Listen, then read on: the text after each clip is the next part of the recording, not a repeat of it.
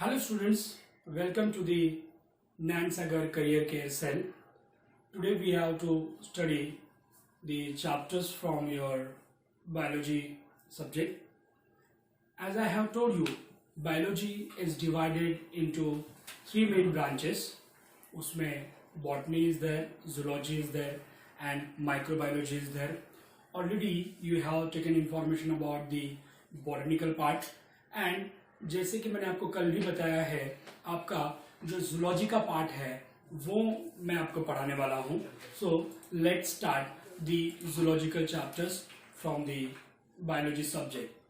So very first let me clear what exactly zoology is. तो zoology क्या है?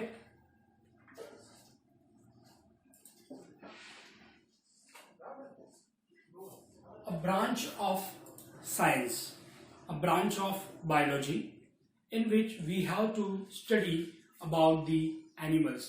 Animals के बारे में हमें पढ़ना पड़ता है zoology में. So zoology is nothing but the basically study of animals. So study of animals is known as zoology.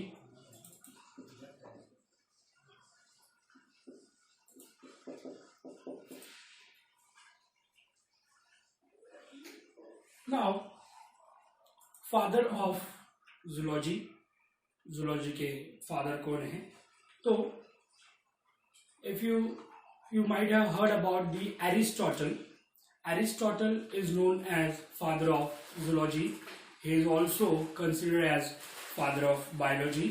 तो बेसिकली उन्होंने बहुत ही बेसिक वर्क या फिर बहुत ही फंडामेंटल वर्क जूलॉजी में किया हुआ है, इसलिए Aristotle is considered as a father of biology also and zoology also. If you talk about 11th standard, अगर आपके 11th standard की बात करते हैं तो यहाँ पर हम स्टडी करने वाले हैं एनिमल फिजियोलॉजी के बारे में. तो very first we will start with the chapter from animal physiology. तो जैसे कि कल के लेक्चर में भी मैंने आपको बताया है कि एनिमल फिजियोलॉजी में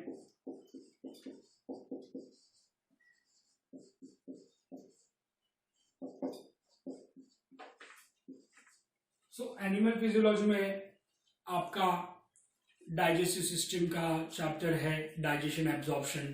फिर उसके बाद में रेस्पिरेशन चैप्टर है, रेस्पिरेटरी सिस्टम ऑफ मैन वाला. फिर excretion, nervous coordination, hormonal movement, locomotion, ये सारे चैप्टर्स है. तो ये सारे चैप्टर्स अगर हम गौर से देखते हैं तो ये सारे चैप्टर्स आपने आपके लोअर स्टैंडर्ड में पढ़े हुए हैं, लेकिन उनको ही यहाँ पर आपको थोड़ा सा डिटेल में पढ़ना है.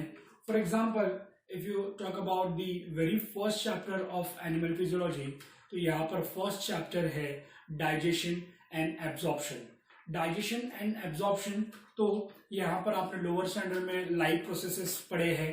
तो लाइफ प्रोसेसेस में आपने पढ़ा था कि डाइजेशन एंड एब्जॉर्प्शन, ये जो लाइफ प्रोसेस है उसकी वजह से हमें जो एटीपीज है या फिर एनर्जी मिलता है. एट द सेम टाइम आपका जो रेस्पिरेटरी सिस्टम है या फिर respiration process is also helping in this process. और ये सब के बाद में आपके बॉडी में जो भी वेस्ट मटेरियल्स प्रोड्यूस हो रहे हैं उनको बाहर फेंकने के लिए there will be excretion also. तो ये सारी चीज़ों को, नर्वस कोऑर्डिनेशन, हार्मोनल कोऑर्डिनेशन, तो ये सारी चीज़ों को हमने लाइफ प्रोसेस कहा है. तो इन्हें लाइफ प्रोसेसेस क्यों कहते हैं? क्योंकि ये जो प्रोसेसेस है ये ऑर्गेनिज्म को सरवाइव करने के लिए हेल्प करता है, इसलिए उन्हें कहा जाता है life processes. So different kind of life processes are there and life processes are nothing but the such a kind of processes which are helping organism to survive. तो उसे हमने लाइफ प्रोसेसेस कहा है. लाइफ प्रोसेसेस के proper study को या फिर उसके फंक्शंस के स्टडी को अगर हम देखते हैं तो उसे कहा जाता है physiology. So animal physiology is nothing but the study of functioning and processes.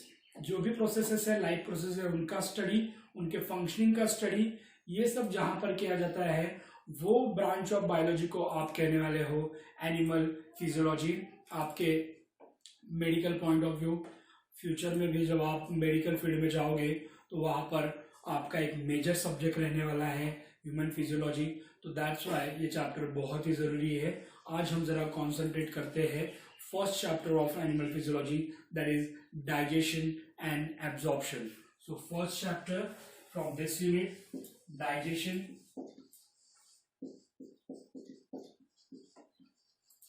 And absorption.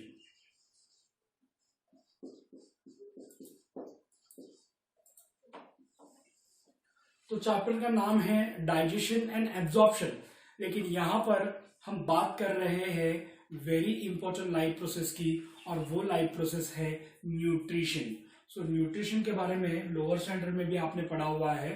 So nutrition is nothing but the process of obtaining nutrients. ऐसा प्रोसेस जहां पर हम न्यूट्रिएंट्स को ऑब्टेन करते हैं, वो प्रोसेस को कहा जाता है nutrition. So digestion and absorption ये एक्चुअल में न्यूट्रिशन लाइफ प्रोसेस का ही पार्ट है। न्यूट्रिशन का मतलब मैंने आपको बताया है a process of obtaining nutrients. Nutrients को ऑब्टेन करने के प्रोसेस को हम न्यूट्रिशन कहेंगे। ऐसा प्रोसेस जिसमें से हमारे बॉडी को न्यूट्रिएंट्स मिलते हैं उन्हें हम न्यूट्रिशन कहेंगे, और that is nothing but the digestion and absorption. So nutrition, obtaining nutrients. Nutrients obtain करने के प्रोसेस को हम कहेंगे न्यूट्रिशन। अब ये न्यूट्रिएंट्स क्या है, तो there are 6 type of nutrients, जिसमें कार्बोहाइड्रेट आएगा, प्रोटीन आएगा, फैट्स आएगा, विटामिन, मिनरल्स एंड वाटर। तो ये जो 6 टाइप्स ऑफ न्यूट्रिएंट्स है उन्हें ऑब्टेन करने के प्रोसेस को हम कहने वाले हैं न्यूट्रिशन। सो ऑब्टेनिंग न्यूट्रिएंट्स, और ये जो न्यूट्रिएंट्स है वो 6 टाइप के हैं। 6 टाइप में very first there will be carbohydrate, fats, vitamins, proteins,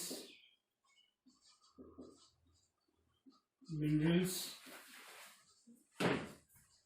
and water.